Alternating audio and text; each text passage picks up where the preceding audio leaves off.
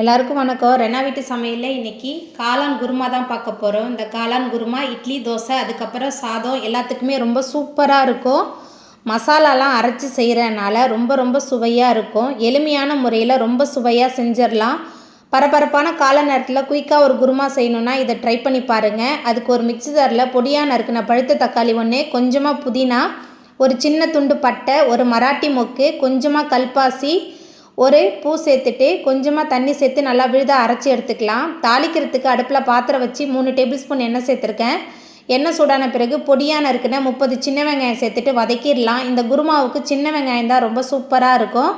சின்ன வெங்காயம் நல்லா வதங்கி வந்த பிறகு 3 டேபிள் ஸ்பூன் இஞ்சி பூண்டு விழுது மிக்சியில் சேர்த்து அரைச்ச விழுது சேர்த்துட்டு பச்சை வாசனை போகிற அளவுக்கு நல்லா வதக்கிடலாம். வதங்கி வந்ததுக்கப்புறமா சுத்தம் பண்ணி வச்சுருக்கிற காளான் சேர்த்துட்டு மறுபடியும் நல்லா வதக்கி விட்டுடலாம். காளான் வதங்கி வந்ததுக்கப்புறமா இதில் குழம்பு மிளகாய்த்தூள் 10 டேபிள் ஸ்பூன், அரை டீஸ்பூன் அளவுக்கு மஞ்சள்தூள், இந்த காளான் குருமாவுக்கு தேவையான அளவுக்கு கல்லுப்பு, கொஞ்சமாக கருவேப்பிலை சேர்த்துட்டு நல்லா வதக்கிடலாம். நம்ம சேர்த்த மசாலா காளான் எல்லாமே நல்லா வதங்கி வந்ததுக்கப்புறமா இதில் கொஞ்சமாக தண்ணி சேர்த்துருக்கேன்.